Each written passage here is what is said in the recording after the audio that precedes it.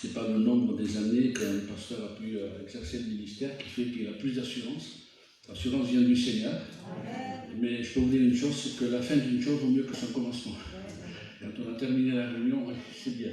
Mais c'est vrai que c'est avec beaucoup de joie aussi qu'on veut ce matin encore aller plus loin dans cette pensée. J'espère que vous avez retenu pas mal de choses de la dernière fois. Il paraît qu'on retient que 20% de ce qu'on entend. Donc 80% disparaissent. En fait, ils se diffusent dans l'Église parce que chacun ne retient pas la même chose. C'est bien. En tout cas, cet esprit est là pour nous faire regarder ce dont nous avons besoin et qui va nous permettre personnellement de grandir. Que Dieu soit béni. Alors, juste une introduction par rapport à la semaine dernière, cette pensée, c'était la notion de grand et la notion de grandeur. Et bien souvent, dans une espèce de fausse humilité, on rejette toutes ces choses en voulant être petit, et puis on voit que la parole de Dieu nous appelle quand même à grandir. Nous ne sommes pas appelés à rester petits. Tout ce qui vient de Dieu est appelé à grandir.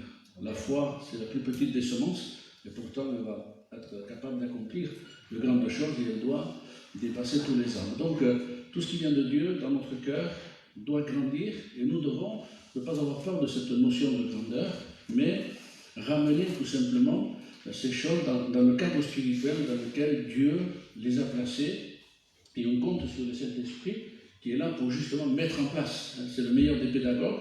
Le Saint-Esprit, il nous enseigne, il prend du Père, il nous l'annonce, il nous parle, il nous enseigne. Donc que Dieu soit béni pour ce qu'il fait. Donc c'était cette pensée qui était le plus grand. On l'a vu, c'était les apôtres qui discutaient entre eux parce qu'il y avait la perspective du départ de Jésus et qu'il fallait donc qu'il gère cet après-départ et il voulait qui serait le premier, qui serait le second, qui serait le troisième. Personne ne voulait être sûrement le dernier, mais donc ça se bousculait au portillon du top des trois pour être le plus grand, surtout qu'il est dit que celui qui méritait ou était estimé être le plus grand. Il y avait une notion humaine là qui n'était pas bonne. Et le Saint-Esprit, le Seigneur surtout, qui ne va pas enlever de leur cœur la notion de grandeur, ni des choses grandes qui doivent évoluer dans notre cœur, mais va les replacer dans un cadre particulier en prenant un enfant, les plaçant devant lui, donc un petit enfant, c'était un enfant qui n'était pas encore sevré, c'était pas un ado, un tout petit enfant. Et puis, il faut le ressembler. Voilà. Et ça, c'était une leçon de vie spirituelle. Et ça nous parle de l'humilité. L'humilité, c'est la vraie grandeur d'âme chrétienne. C'est la vraie grandeur d'âme spirituelle. Ce n'est pas méthode spirituelle, ce n'est pas la capacité de communiquer la guérison, ces choses-là, les prophéties qui sont les plus grandes. C'est la grande valeur d'âme, c'est l'humilité. C'est l'humilité, parce que c'est ce qui nous tient toujours petits. Et Dieu a toujours du mal avec les grandes choses. Mais avec les petits, il les fait grandir. Et quand on est grand, c'est difficile. Sinon, il nous rabaisse pour nous faire grandir. Et l'humilité, je disais, cette leçon pour nous d'apprendre, qu'on doit avoir inclus dans notre cœur, c'est que l'humilité, c'est elle qui va régler le problème de la vanité et le problème de l'orgueil. Quelqu'un qui est humble, il fuira, il ne sera même pas attiré par la pensée tout simplement de grandeur, d'apparence, toutes ces choses. Il sera heureux de servir le Seigneur, qu'il ait reçu 1 talent, 2 talents, 5 talents, ça ne dépend pas de lui, c'est du Seigneur, mais il sera heureux de le servir. Et vous savez que l'humilité était le revêtement spirituel de Christ.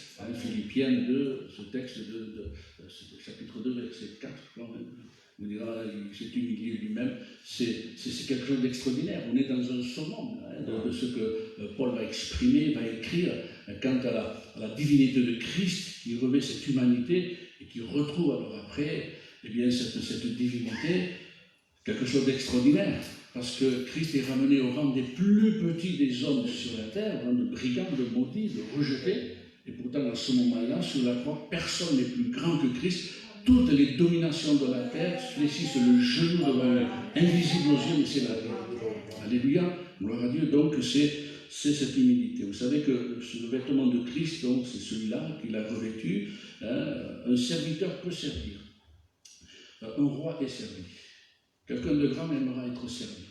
Un serviteur, il aime servir. Un serviteur de Dieu, le ministère, se révèle non pas par des capacités spirituelles, mais c'est surtout par ce désir de servir le Seigneur, quoi qu'il en coûte. Et il est prêt à tout abandonner pour être au service du Maître. Et ce revêtement spirituel, il y a une image extraordinaire à la croix, c'est que eh bien, les soldats romains se sont partagés ces vêtements, ils sont partagés certaines choses, sauf la tunique que Jésus revêtait. Et pas seulement parce qu'elle était de grand prix, mais parce qu'elle est l'image justement du serviteur, l'image de l'humilité. Les choses de Dieu ne se vivent pas à moitié. Elles ne se partagent pas avec les choses du monde. Où on appartient à Christ, ou on n'appartient pas tout à fait à Christ. Appartenir à moitié à Christ, ça n'existe pas. Parce qu'il y aura toujours une dualité dans notre cœur. Le Seigneur nous veut tout entier pour lui, c'est l'exigence de la grâce. L'exigence de la grâce. Voilà, donc être grand, désirons-le, et allons un peu plus loin ce matin dans cette pensée. Alors le texte que j'ai choisi pour nous ce matin, pour entrer dans cette deuxième partie, pour aller plus loin, c'est, je trouve dans le livre des Juges, chapitre 6, verset 12, où on va retrouver un des juges qui s'appelle Gédéon. Ce n'est pas le meilleur, mais il a quand même accompli son travail, il a fait ce que le Seigneur lui a demandé. Il dit ceci, l'ange de l'Éternel lui apparut et lui dit, l'Éternel est avec toi, vaillant héros. Gédéon lui dit, ah mon Seigneur, si l'Éternel est avec nous, pourquoi toutes ces choses nous sont-elles arrivées? Et où sont tous ces prodiges que nos pères nous racontent quand ils disent, l'Éternel ne nous a-t-il pas fait monter hors d'Égypte? Maintenant l'Éternel nous abandonne et il nous livre entre les mains de Madian. L'Éternel se tourna vers lui et lui dit, va avec cette force que tu as et délivre Israël de la main de Madian. N'est-ce pas moi qui t'envoie? Gédéon lui dit, ah mon Seigneur, mais avec quoi délivrerai-je Israël? Voici ma famille est la plus pauvre en Manassé et je suis le plus petit dans la maison de mon père. L'Éternel lui dit, mais je serai avec toi et tu battras Madian comme un seul homme, que Dieu soit béni avec lui. Alors pour parler de la grandeur, il faut parler de la petitesse. Il y a une bonne petitesse, une mauvaise petitesse, celle quand on est dominé par le complexe. Et donc ici, nous voyons Gédéon qui vit, lui, dans une espèce d'étroitesse, d'esprit et de cœur. Il est défaitiste, il est vaincu par avance, dominé par tout ce qu'il voit autour de lui. Il vit avec cette notion de petit. Il vit avec cette notion de petit. Il est dans la mentalité du peuple d'Israël qui vit sous la domination de ses ennemis. Et ça, c'est terrible quand la mentalité du monde entre dans notre cœur et nos vies et quand elle influence même notre pensée. Nous voyons que pour Gédéon, tout est petit pour lui. Tout est petit en lui. Et il va vivre cela avec une espèce de frustration et il en veut même à Dieu de les laisser et de le laisser dans cette situation. Et presque il rend Dieu responsable de ses malheurs, parce que Dieu, eh bien, tout simplement, n'est plus capable de lui venir en aide. Comme si Dieu, un jour, s'était arrêté d'être le Tout-Puissant dans notre vie et qu'il nous laisse vivre avec nos difficultés. Mais Gédéon, il a cette mentalité, c'est inscrit en lui. Par la foi, par la suite, on verra que malgré l'appel de Dieu et cet encouragement du Seigneur, sa foi est petite. L'histoire des 3 hommes, ça montre quand même que ce n'était pas une pleine assurance. Sa foi est petite. On voit aussi que sa vision, la vision de Dieu est petite. On voit que son ambition pour l'œuvre de Dieu est à la mesure de quelques sacs de froment qu'il récupère, en laissant toute la récolte être pillée par les Madianites. Quelque part, il est l'image qu'il abandonne les promesses du Seigneur, il se les laisse voler. Dans sa vie, à ce moment-là, il n'y a rien ni de grand ni de glorieux dans sa vie, si ce n'est quand même ce sentiment d'aspirer à retrouver les exploits passés de son peuple.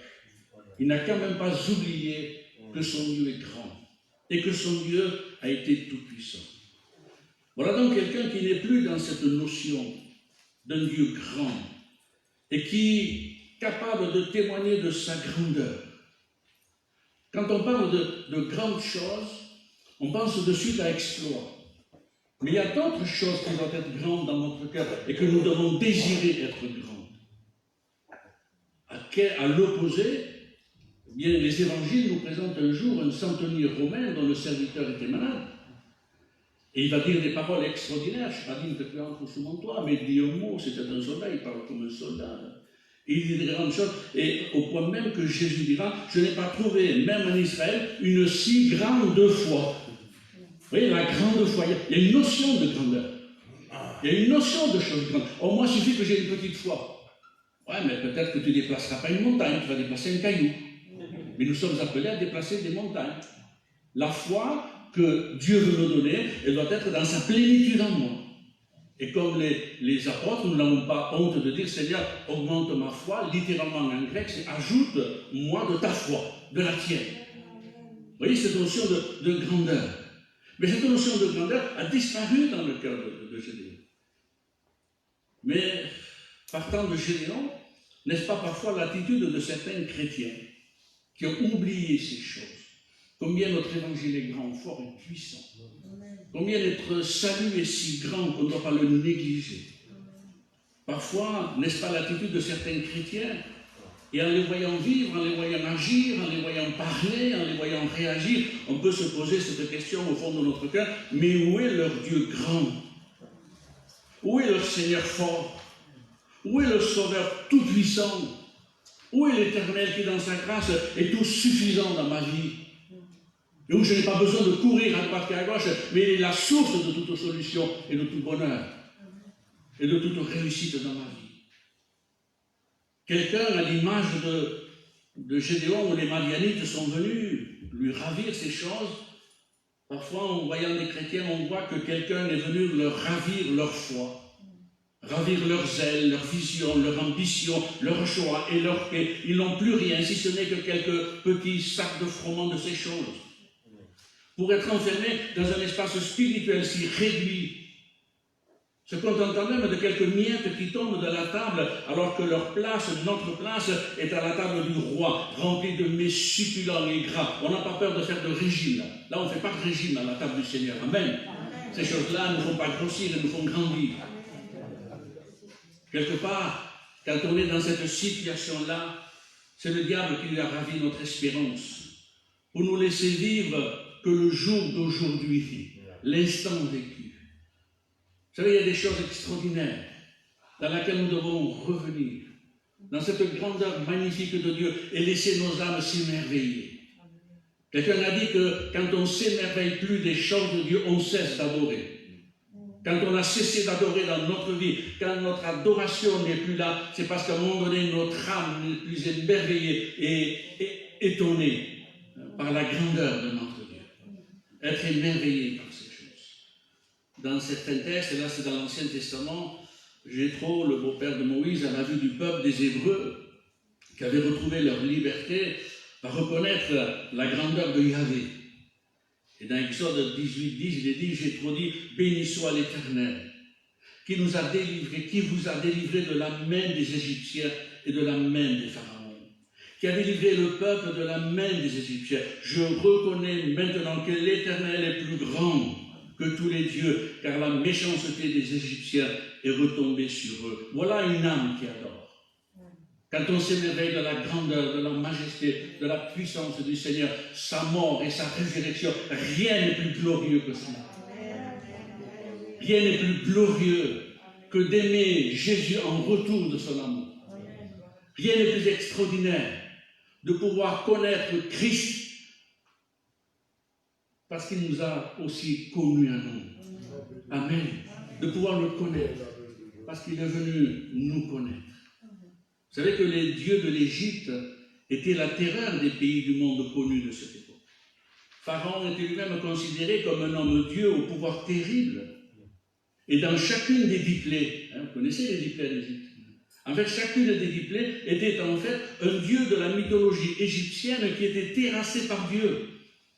Le dieu du Nil, c'était chaque fois un dieu, de ces grands dieux d'Égypte qui étaient terrassés. Jusqu'au fils de Pharaon, grand protecteur d'Égypte, tous les premiers-nés d'Égypte morts. Jusqu'au propre fils de Pharaon qui meurt, Pharaon n'est plus rien. Il ne peut être d'aucun secours à son peuple. Et je veux réaliser que Christ à la croix du Calvaire, il a terrassé la mort, terrassé le diable, vaincu l'enfer. Il a vaincu toutes les dominations qui peuvent être comme des Madianites dans ma vie. Ceux qui s'opposent à ma foi, ceux qui veulent me détruire spirituellement. Parce que si les Philistins sont ceux qui sont les ennemis de la foi, Les Madianites, ils n'avaient qu'une envie, c'était de détruire le peuple de Dieu. Et le diable va aussi nous détruire par des tas de choses. Mais cette notion de grandeur, avant de les vivre dans mon cœur, je dois revenir à cela. Dieu est grand. Et sa grandeur s'étend sur toute son œuvre, mais par-dessus tout. Mais par-dessus tout, Dieu aime son Église. Il la voit, il la veut belle, sans tache ni ride. Christ en parle toujours en termes de croissance spirituelle et en nombre. Comme un phare qui brille et qui se voit visible, rayonnant et qui émane d'elle la présence de son Seigneur. De beaux locaux, accueillants, confortables et fonctionnels, c'est très important aussi. C'est très important aussi. Dieu aime son peuple. Il en fait un royaume de sacrificateurs pour Dieu son Père. Il en fait une armée de serviteurs et de soldats puissamment armés, avec des armes qui terrifient et qui mettent en déroute la puissance des armées des ténèbres et du monde de la non-foi. Alléluia, amen. Non? Par la foi, nous devons exercer cette autorité de Dieu. Par la foi, nous exerçons cette autorité du Saint-Esprit. Quand les hommes disent non, si Dieu a mis dans mon cœur que ce serait lui, alors ce sera oui. Les choses s'accompliront. Je me souviens, lorsque j'étais pasteur en formation, avec tous mes défauts de jeune pasteur, j'étais amené à m'occuper d'un centre d'accueil de demandeurs d'asile, un CADA, ça s'appelait comme ça à l'époque. C'était à Meximieux, dans la plaine de l'Ain. Il y avait une vague des gens des pays de l'Est, il y avait la guerre là-bas, Tchétchénie, Russie, tout ça, c'était terrible. Et qui étaient descendus. Et parmi eux, il y avait quelques chrétiens. Et donc j'étais en contact avec eux. On a commencé à faire des réunions dans leur petite, ils vivaient, c'était très difficile, dans leur petite cuisine, leur petite chambre qui servait de cuisine de tout, c'était difficile. On faisait quelques réunions et puis de suite le nombre augmentait. Alors je dis, on va prier, on va demander une salle, il y avait une grande salle là, de séjour, il pouvait faire des jeux, tout. On va la demander au directeur. Alors on prie pour cela, puis je prends rendez-vous et puis je vois le directeur et je lui expose tout cela. Alors bien sûr, on arrange les choses, on arrondit, comme quoi l'évangile c'est aussi un moyen d'intégration pour les personnes. On arrondit, on parle leur langage. Mais pouvez-vous mettre votre salle à disposition? Il me dit non, en souriant. Et là, comme Gédéon, j'ai une sainte colère. Enfin, le mot colère, c'est dans la Bible, sainte colère, ça n'est pas souci. C'est nous qu'on le dit, mais on veut l'imaginer. Je me mets en colère dans mon cœur et je me dis, mais qui tu es toi pour dire non à Dieu? Et Seigneur, cette salle, je la veux. Et à ce moment-là, le directeur s'arrête de parler. Il me dit, bon, puis après tout, je vous la donne, je vous la laisse. Alors, encouragé dans ma foi qui a grandi d'un pas de géant en ce moment-là, et pour la clé, mais on n'aurait qu'à demander au gardien. Et là, j'ai dit, Seigneur, tu m'as donné la salle, je veux la clé. C'est à moi. Et oui, mais vous comprenez, on ne va pas à chaque fois courir derrière le gardien. Ah oui, mais on n'a pas l'habitude de prêter les clés, de laisser les clés. Et Seigneur, je veux cette clé. Et puis il me dit, oui, puis après tout, plus rien. Donc j'ai eu la clé et la salle. Au départ, c'était non. Et le seul qui pouvait dire non, c'était le directeur. Mais au-dessus du directeur, il y a le Seigneur. Alléluia. Mais entre le directeur et le Seigneur, il y avait un homme, un serviteur de Dieu, qui était aussi rempli de foi et qui voulait accomplir la volonté de Dieu. Et ça, c'est chacun d'entre nous. Amen. C'est à nous d'entrer dans ces grandeurs de Dieu. La guérison, c'est quelque chose de grand. Le miracle, c'est quelque chose de grand. La bénédiction, c'est quelque chose de grand. Ce n'est pas quelque chose qu'on trouve en grattant la terre. On se met à genoux, l'obtient, les mains tendues vers le Seigneur. Mais entrons déjà dans ces choses-là. Amen. La foi, il permet cela. Mais le cœur, alléluia, et l'état d'esprit, que Dieu soit béni. Amen. On voit dans Josué, chapitre 5, verset 13, Josué devant Jéricho. Et là, c'est quelque chose de terrible aussi. Il dit, comme Josué était près de Jéricho, il leva les yeux et regarda. Et voici un homme se tenait debout devant lui, son épée nue dans la main. Il alla vers lui et lui dit, es-tu des nôtres ou de nos ennemis? Il répondit, non, mais je suis le chef de l'armée de l'Éternel. J'arrive maintenant, pas avant ni après. Avant, c'est pas l'heure, après c'est trop tard, il arrive au bon moment. Josué tomba le visage contre terre et se prosterna. Ce n'est pas écrit en vain, ça. Et il dit, qu'est-ce que mon Seigneur dit à son serviteur? Et le chef de l'armée de l'Éternel dit à Josué, ôte tes souliers de tes pieds, car le lieu sur lequel tu te tiens est saint. Josué fit ainsi. Que Dieu soit béni. Alléluia. Amen. Vous voyez, ce matin, nous sommes dans un lieu saint qui nécessite bien sûr une mesure de sainteté. Mais parce que cet homme s'humilie devant Dieu, parce que cet homme s'humilie devant lui, alors Dieu lui livre Jéricho. Dieu lui livre Jéricho, qui était la porte de Canaan. Vous savez que le livre de Josué sera appelé le livre des victoires, contrairement au livre des juges qui est appelé le livre des fêtes. Cet homme, il tombe à genoux et il adore. Parlant de choses grandes, pas dans cette capacité d'accomplir de grandes choses, même si Dieu nous appelle à cela. Déjà, ces choses grandes qui doivent être dans notre cœur, la foi. Mais aussi là, nous voyons que grande doit aussi être notre consécration. Et pas la vivre comme un joug qui pèse sur nous, mais comme quelque chose de merveilleux, d'extraordinaire. Tout ce temps passé pour le Seigneur, se mettre à l'écart, pas simplement dans le temps, mais physiquement, moralement, intellectuellement, dans notre cœur, dans nos sentiments, se mettre à l'écart du monde. Grande doit aussi être notre consécration, car c'est par nos actes que nous devons être grands, et non pas par nos paroles. Et nous sommes grands, et nous serons grands, et nous devons être grands, surtout par la mesure d'une vie cachée en Christ. Grands les moments doivent être dans ce moment particulier où personne ne me voit, où je suis seul, et vivre de grandes choses dans ces moments-là, une vie cachée en Christ. Une vie peu consacrée et une vie peu sanctifiée n'amènera pas de grandes victoires ni de riches bénédictions, si ce n'est peut-être une manifestation de la miséricorde de Dieu qui nous aide et qui va au-delà de notre foi. Mais il y a des principes divers. Tu sèmes peu, tu récoltes peu. Et le but de Dieu, ce n'est pas qu'on récolte peu, c'est qu'on récolte beaucoup, alléluia. Et l'Esprit nous aide à semer beaucoup dans nos cœurs et dans nos vies. Il faudra surtout compter sur la miséricorde de notre Dieu s'il y a peu de consécration.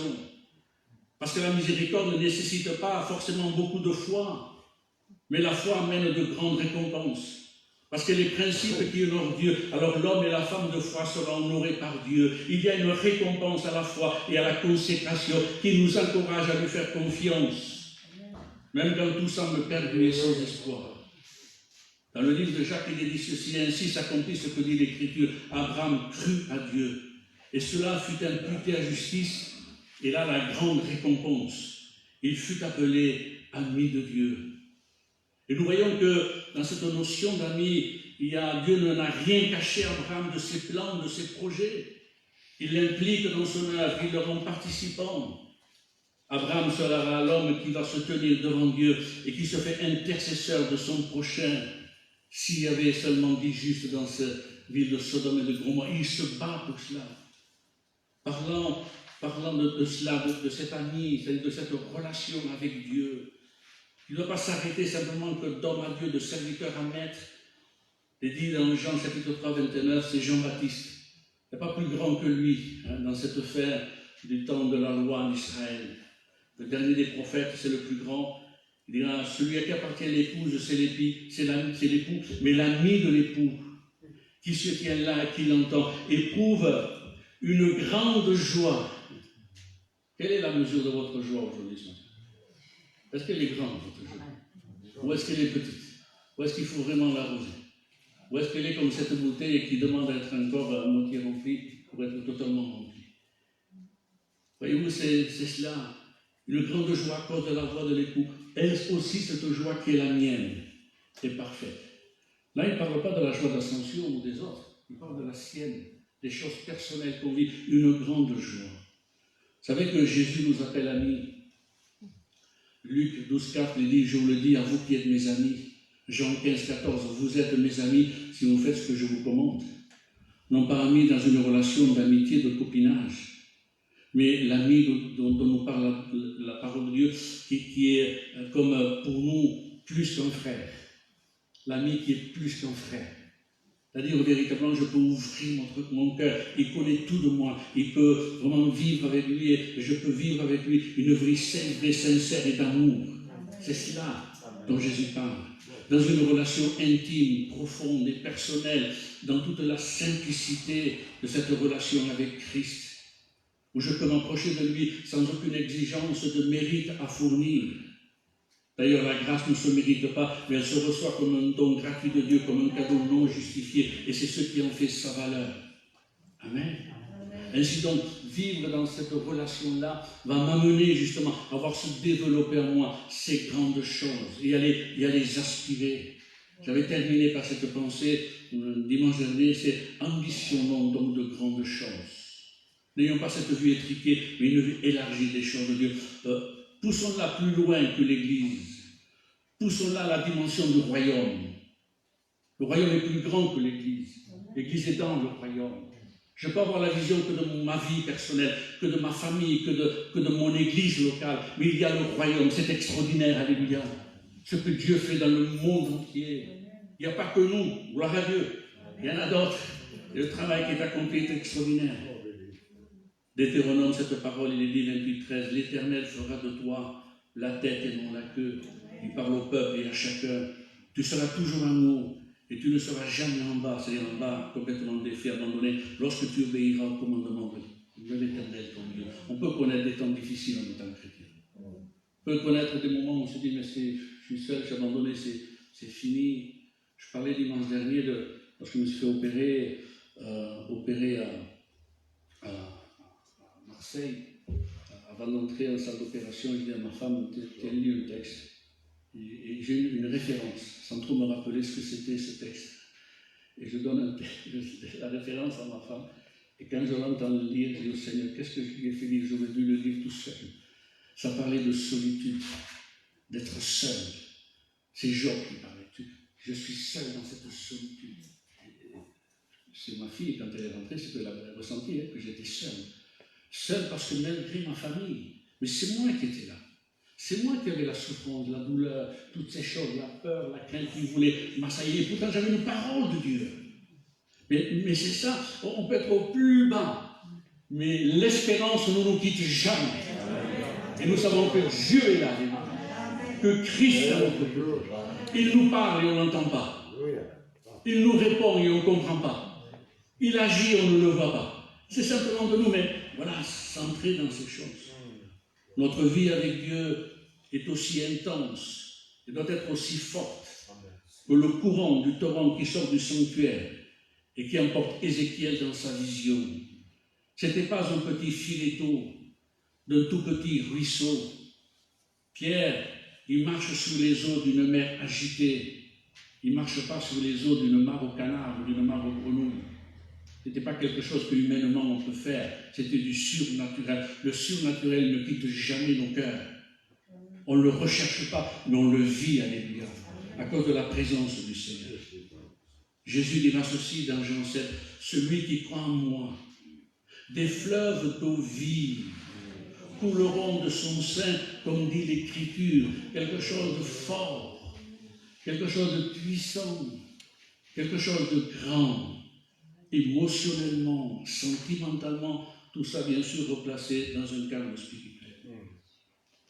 Cette notion de grandeur, de force, de puissance et de gloire ne doit pas quitter nos cœurs et doit faire partie même de nos aspirations.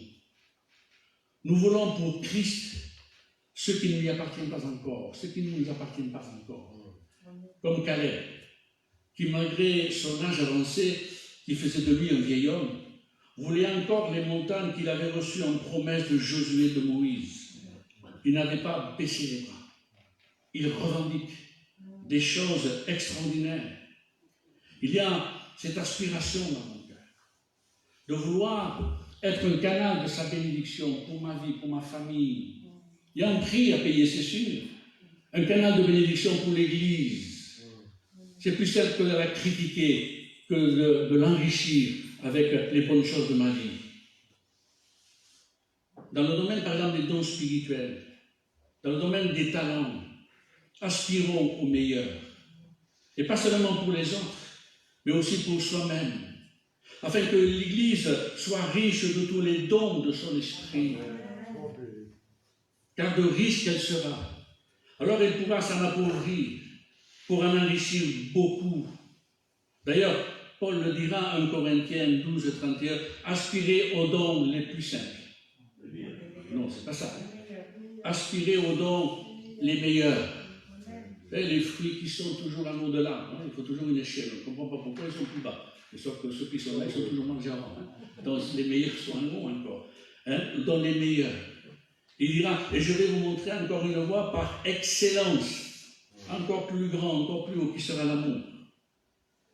Il poursuit 14-12, de même vous, puisque vous aspirez, voyez ce désir profond au don spirituel, que ce soit pour l'édification de l'Église, que vous recherchiez à en posséder abondamment. Abondamment. C'est pas normal que dans l'Église, il n'y ait que 2 ou 3 qui soient attitrés à porter les dons spirituels. Et le dimanche, ils ne sont pas là, il n'y a pas de dons spirituels. Est-ce que c'est normal? C'est la faute des autres, bien sûr. Ou c'est la faute de soi-même, on a une part de responsabilité. On doit désirer cela. Je me souviens de cette petite église du Puy-en-Velay, je vous avais parlé de cela la dernière fois, c'est la première église qui m'a été confiée, une petite œuvre en Auvergne. Hein, c'était une moyenne montagne, c'était pas facile là-bas, c'était des personnes qui étaient envoyées là-bas. Ouf, nous on était allés avec Maria, vous avez proposé d'autres églises, non, c'est celle-là, elle pesait sur notre cœur. On a une petite œuvre, on a commencé, il y avait 14 personnes, et puis après ça a grandi. Mais dans nos réunions, c'était du feu. C'était du feu. Le feu qui descendait d'un nous et qui embrasait nos cœurs. L'arrivée d'être là à 9h30, parce qu'il y avait aussi le Chambon, c'est 15 km, l'hiver avec la neige, on nous attendait. Et de 9h30, on commençait à prier, et puis à 10h, on louait, et puis à 11h, on célébrait, et puis à 11h30, on chantait encore, et puis à midi, on avait pris la Sainte Seine, on louait le Seigneur, et à midi, on se disait, même si on n'a pas eu le temps de prêcher. C'était, voilà, on passait 2h30, mais c'était du feu, alléluia. On voyait des choses extraordinaires. Tout simplement parce que les chrétiens aussi étaient remplis, ils étaient ardents, ils voulaient vivre de grandes choses, alléluia, bien qu'ils les encouragent et qu'ils bouleversent la ville, que Dieu soit béni, amen. Un jour, j'ai entendu, il s'est passé quelque chose devant moi d'extraordinaire. Il y a un jeune qui se convertissait, il était devant au premier rang, et puis il dit, Seigneur, je t'ai donné ma vie, je veux marcher avec toi, maintenant je vais être baptisé du Saint-Esprit, je veux parler en langue. Il s'assoit, il ne dit rien, puis d'un coup, il y a un frère qui se lève, il dit, tu as demandé le don du Saint-Esprit, reçois-le. Il s'assoit, je regarde l'autre, boum, il parle en langue. Et moi, j'étais là pour poser les mains, et puis non, le Seigneur a tout fait, il n'a pas besoin de nous. Hein. Souvent, il travaille mieux sans nous, le Seigneur. Mais il est gentil, il est bon, il nous utilise. Mais c'était ça. La Pentecôte, c'est fort. Non, on perd ça un petit peu dans notre mouvement. La Pentecôte, c'est fort, c'est puissant, c'est grand. Ça remplit de feu et d'esprit. Est-ce qu'il y a un grand feu en toi? Ou est-ce qu'il y a un petit feu, un petit tison là, qui est en train de s'éteindre? Partant de ces choses-là, de les aspirer, de les vouloir. On avait sur Bourges une sœur, c'était une sœur africaine, ivoirienne. Son mari, il était là, elle venait, et puis c'était une femme de Dieu. On reconnaît une femme de Dieu. Il y avait quelque chose sur elle, c'était Brigitte. Elle avait quelque chose. Et elle voulait servir Dieu. Et Dieu l'appelait à servir d'elle dans les dons spirituels. Mais elle n'avait jamais pratiqué, elle ne savait pas comment faire, et puis elle avait peur. Il y avait pas mal de monde dans l'église. Elle est un jour venue me voir, on a parlé avec Maria. Alors on a pu enseigner, l'amener plus loin. Et puis j'ai dit, écoute, lance-toi. Moi, je suis là, même si tu te trompes, il n'y a pas de problème, je serai là pour rattraper. Hein. Quand à la piscine, on apprend quelqu'un à noyer, à nager, si c'est moi, le gars, il va. Et je serai là. Alors, elle a été encouragée. Et puis, ces dons ont été un petit peu, ça allait, il a fallu les aider un petit peu au début, mais puis après, elle s'est attachée à ce qu'elle avait reçu de nous. Ces dons, c'était des frappes chirurgicales. Ce n'étaient pas les mêmes dons qu'on entend, qui reviennent constamment et à la fin, on ne l'écoute plus. Quoi. Chaque fois, c'était un don particulier. Elle ne connaissait pas les problèmes, les difficultés, la vie de l'Église à laquelle je travaillais. Et je peux dire que quand il y avait une grande difficulté, il y avait un don et paf! Il y a même des personnes qui venaient me voir et me disaient, vous savez, les dons de Brigitte, ça fait peur. Et vous savez, moi, je passe 10 fois devant la prison, je n'ai pas peur. Il n'y a que les voleurs qui ont peur. De là, comprenez, quoi. Les dons sont là pour nourrir, et ça apportait de grandes choses. Elle m'a été d'une grande aide dans l'édification de cette église, que Dieu soit béni. Amen. Seigneur, exerce-moi cela, je veux cela. Oui, mais ça va te demander, comme dira Élisée à Élie, tu me demandes quelque chose de difficile. Pas d'impossible, hein, de difficile. Mais si tu vois la grâce de Dieu, le ciel ouvert, et oui, Dieu ouvre ses cieux, et je vois la grâce du Seigneur, et elle nous aide dans cette grande consécration. Amen. Il nous apporte à vivre de grandes choses pour que l'Église grandisse et qu'elle soit riche. Dans cette notion de grandeur, Christ nous a donné ce monde. Amen. C'est vrai que ce monde nous paraît tellement grand, tellement difficile, dur, comme Jéricho avec ses murailles imprenables. Mais Goliath aussi était grand. Il n'a pas envoyé le plus grand de l'armée de Saül, qui était Saül lui-même. Il a envoyé à ce moment-là le plus petit, parce que le plus petit a été le plus fort. Et c'est le bien même. Chose faite, signifiant bien tout simplement par rapport aux forces et puissances de ce monde, pour renverser les sages et les forts, que Dieu soit béni. Amen. Alléluia. Combien de fois allons témoigner à quelqu'un, on s'est tenu devant Dieu, Seigneur, donne-moi une parole. On ne va pas faire un discours, on ne va pas expliquer toute la Bible, mais une parole, et j'y vais avec mon témoignage, le mien. Et puis Dieu met une parole dans notre cœur. Et là, les cœurs sont touchés. Les cœurs des personnes sont touchés. J'ai vu des mères à Bourges être touchées en venant d'une sépulture. La parole les avait touchés.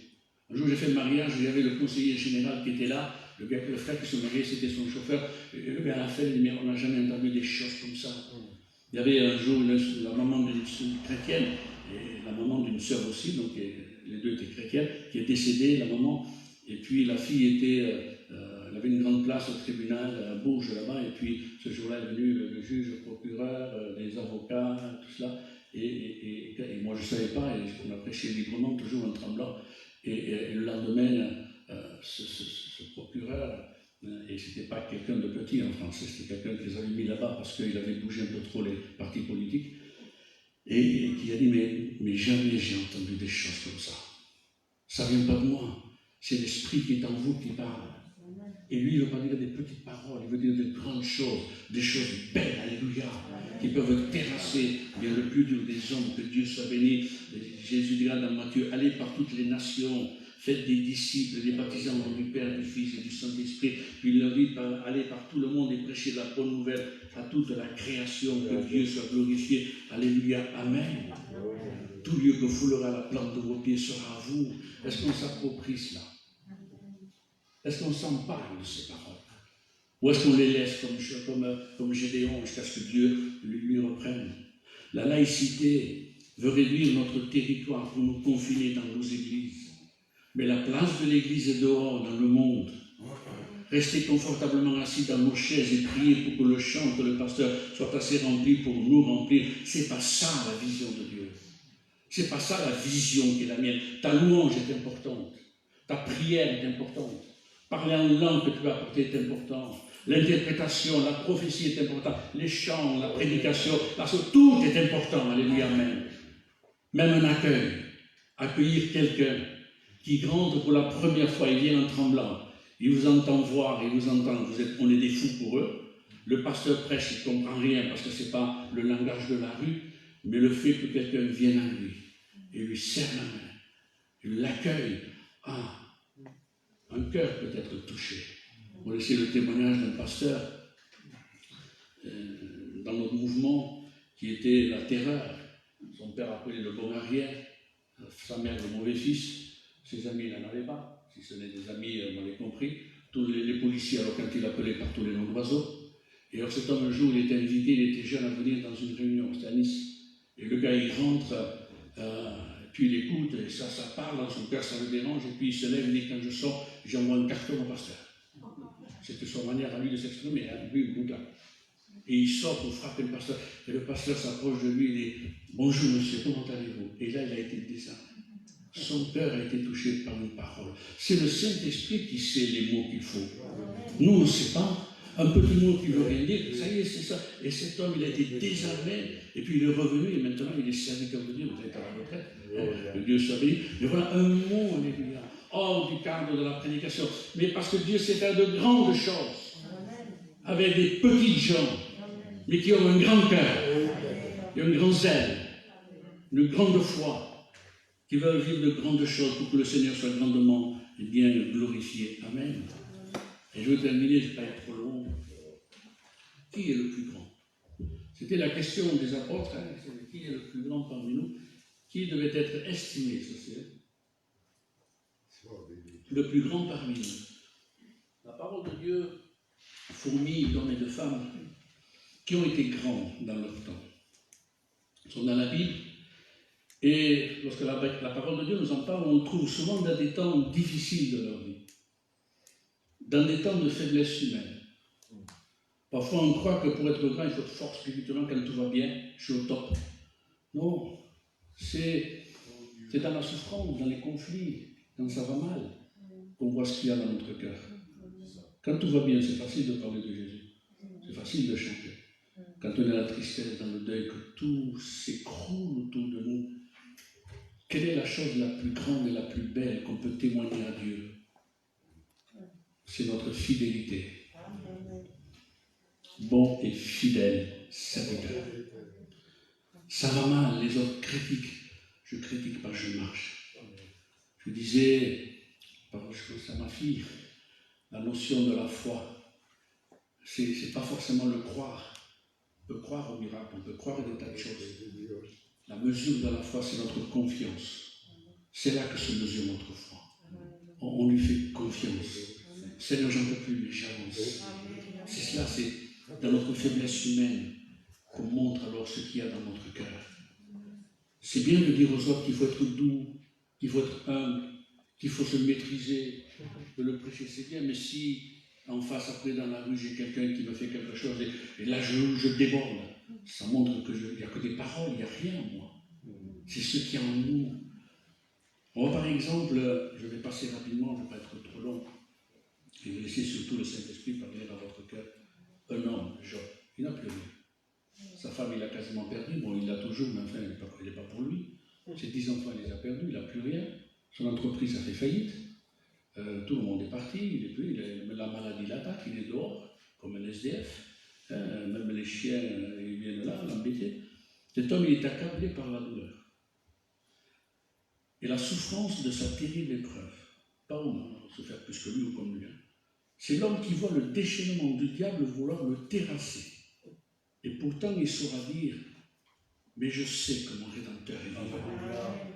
Qu'il se lèvera le dernier sur la terre, quand ma peau sera détruite, il se lèvera. Quand je n'aurai plus de chair, je verrai Dieu. Je le verrai, il me sera favorable. Mes yeux le verront et pas ceux de notre. Les miens. Il ne dit pas ça par anticipation de la foi, parce qu'on m'a dit non, les siens. C'est la plus belle et la plus grande confession de foi et d'espérance de l'Ancien Testament. Job est grand par son espérance. Personne ne le dépasse à ce moment-là. C'est l'homme le plus grand sur la terre par son espérance, grand par son espérance. Abraham, l'homme de foi, et qui par son intercession arrache Lot et ses filles de la destruction de Sodome. Lui, il est grand par son obéissance et sa soumission. C'est ça la foi. Il est grand par son obéissance et sa soumission, capable de sacrifier ce que Dieu lui demande, de placer sur l'autel du sacrifice ce qu'il a de plus cher. Il sait se dépouiller de ce qui est le plus important pour lui, pour l'offrir à Dieu. Il est grand parce qu'il obéit à Dieu. Pas par ses exploits qu'il a pu faire, parce que c'est un homme qui obéit à Dieu. Et parce qu'il est soumis à Dieu.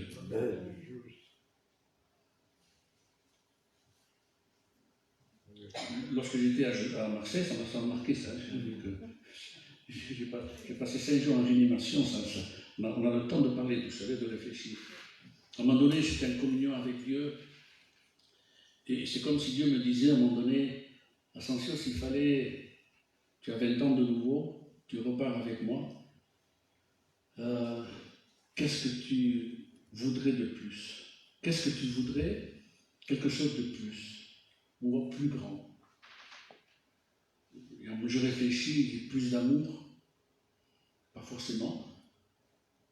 Plus de foi, pas forcément. Plus d'esprit, c'est plus te servir. Ce serait plus de soumission et d'obéissance. Et pourtant, j'ai oublié, ma femme aussi, on a fait des sacrifices, on a abandonné les enfants pour partir. Il y a peu de gitans le font, les ministères gitans le font, on a été les premiers à rentrer dans le monde sédentaire, on fait l'Assemblée de Dieu. Mais mon désir, c'est plus d'obéissance. Plus de soumission, parce que je me rappelais tous ces moments où je n'ai pas obéi, où je n'étais pas soumis, où j'ai fait ma volonté. Et à chaque fois, c'est passé à côté.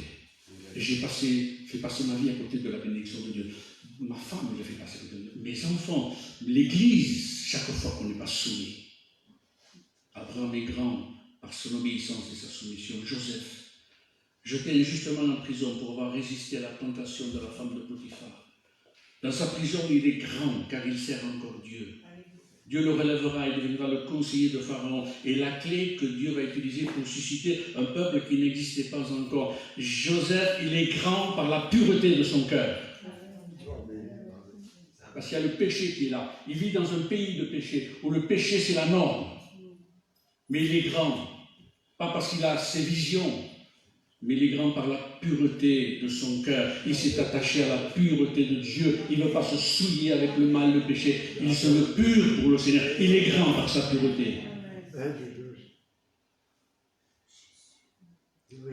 Jacob, le vieillard appuyé sur son bâton de vieillesse, il adore Dieu. Il va partir, et là, sur son lit, là, il adore Dieu. Il prie pour chacun des siens et il prophétise sur eux. Jacob est grand par sa dévotion. C'est un adorateur. Il est grand par sa dévotion. Un jour, son cœur, il l'a donné à Jésus. Et il n'y a rien de plus grand sur cette terre qu'un homme qui ait traversé des épreuves, des difficultés, qui aura marché avec le Seigneur, qui aura été peut-être marqué par la vie. Il n'y a rien de plus grand que lui, qu'à coucher sur son lit de mort, il adore encore le Seigneur. Et il prie pour ses enfants, pour sa femme. Oui ou non? Un jour, mon pasteur m'a dit, rien n'est plus grand qu'un chrétien à genoux. Rien n'est plus grand qu'un chrétien à genoux. Anne, la supplication qui touche le cœur de Dieu, la prière baignée de larmes, dite dans le secret, mais la prière du juste a une grande efficacité. Grande pourquoi? Parce qu'elle voulait être mère d'Israël, qui voulait que sa descendance serve le Dieu d'Israël. Elle ne pensait pas simplement à elle, mais au travers de ce qu'elle manquait, eh bien tout simplement, elle ne pouvait pas servir le Seigneur, son Dieu, comme elle voulait. C'était une mère d'Israël. Elle pensait d'abord à l'œuvre de Dieu. Combien de chrétiens ne pensons qu'à nous-mêmes? Parfois nous voyons des chrétiens qui s'aiment plus eux que le Seigneur ou que l'œuvre de Dieu. Combien de parents prient pour que leurs enfants soient serviteurs de Dieu, qu'ils soient missionnaires et qu'ils partent servir le Seigneur? Combien d'enfants, de parents prient pour que leurs femmes, leurs filles soient des servantes dans l'église individuelle? Oui, on pense qu'ils soient avocats, c'est bien, qu'ils soient docteurs, qu'ils soient juges, c'est bien, mais quand même, elle est grande parce c'est une mère d'Israël. Elle porte l'œuvre d'Israël dans son cœur comme elle porte la souffrance de ne pas être mère. Et puis je termine, Marie, mère de Jésus, pas mère de Dieu, mère de Jésus, qui accepte le parcours de vie que Dieu lui demande. Il fallait qu'elle soit l'humble servante de Dieu. Elle est grande par son humilité. Elle est grande par son humilité. Il va être ceci, je ferai maintenant, tu fais rien, tout ça, tu seras ça.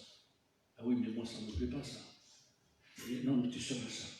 Et on sait, hein, quand elle parle de son humilité, elle est l'humble servante du Seigneur. Et tant d'autres qui de tout temps, l'histoire de l'Église a été marquée par des hommes et des femmes qui ont été empreints de la grandeur de Dieu. Cette grandeur, il ne la voulait pas pour eux, même s'ils étaient participants de cela, il la voulait pour l'œuvre de Dieu, pour les autres et pour le Seigneur. Mais cette grandeur était visible à nous. Elle était visible à nous au travers des œuvres qu'ils ont accomplies, de ce qu'ils étaient au quotidien. Des hommes et des femmes de la même nature que nous, mais que nous pouvons simplement les regarder du haut de notre petitesse. Lorsque je rentre dans cette église, bon, j'arrive un peu plus souvent, mais lorsque j'étais en activité, je venais et je voyais les chaises comme j'étais à l'époque. Je ne pouvais pas m'empêcher de voir que là, il y avait le papa d'Alexandre, il y avait Joseph, il y avait Marie, sa sœur, Maria.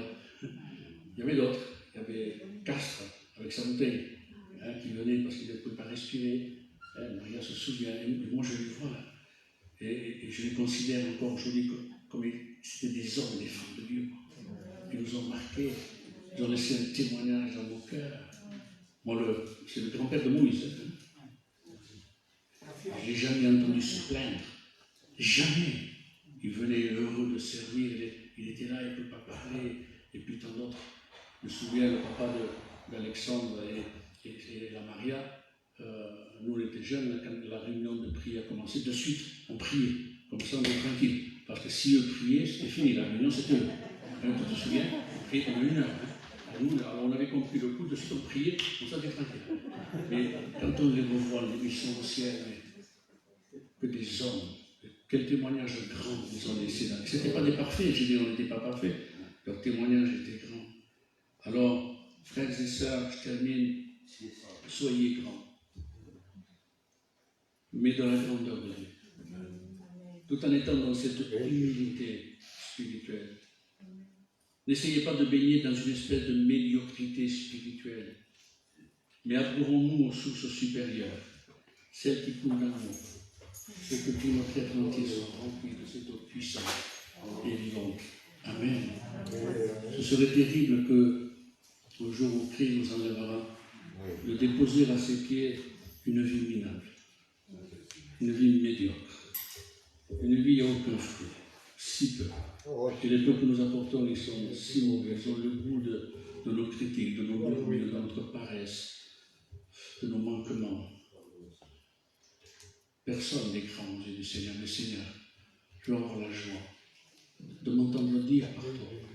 Entre dans la joie de ton maître bon et fidèle serviteur. Amen.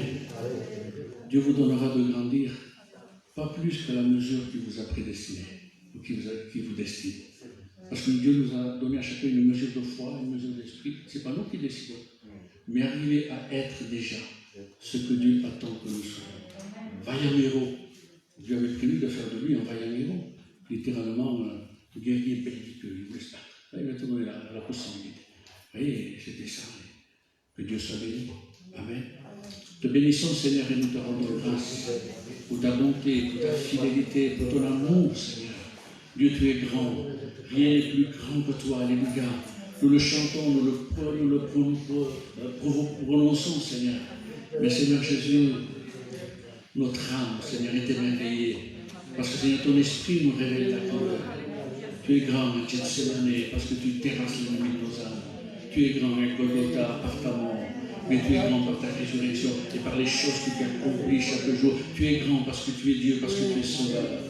Merci Seigneur pour ton Saint-Esprit qui est grand, fort et puissant et qui nous amène à vivre de grandes choses avec toi, mais des choses qui nous sont utiles, qui nous permettent ainsi de grandir en toi.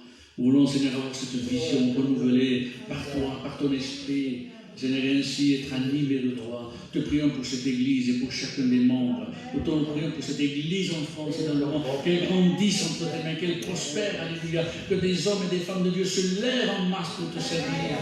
Et que ton Esprit vienne nous saisir ce matin, Seigneur. Mais ce divin collier sur nos yeux, viens renouveler ce feu, cette ardeur brûlante dans nos cœurs, alléluia. Afin que nos vies soient la gloire de ton nom. Merci de nous utiliser avec nos faiblesses, nos manquements. Nous comptons sur toi, nous comptons sur ta grâce. Nous ne voulons pas accomplir autrement que les œuvres que tu as préparées pour nous. Seigneur, que ton nom soit glorifié, bénis nos vies, qu'elles soient en bénédiction pour ceux de nos familles, afin qu'aucun ne se perde et que nous puissions tracer un chemin qui les amènera un jour à te rencontrer, Seigneur. Et nous croyons à cela. Et nous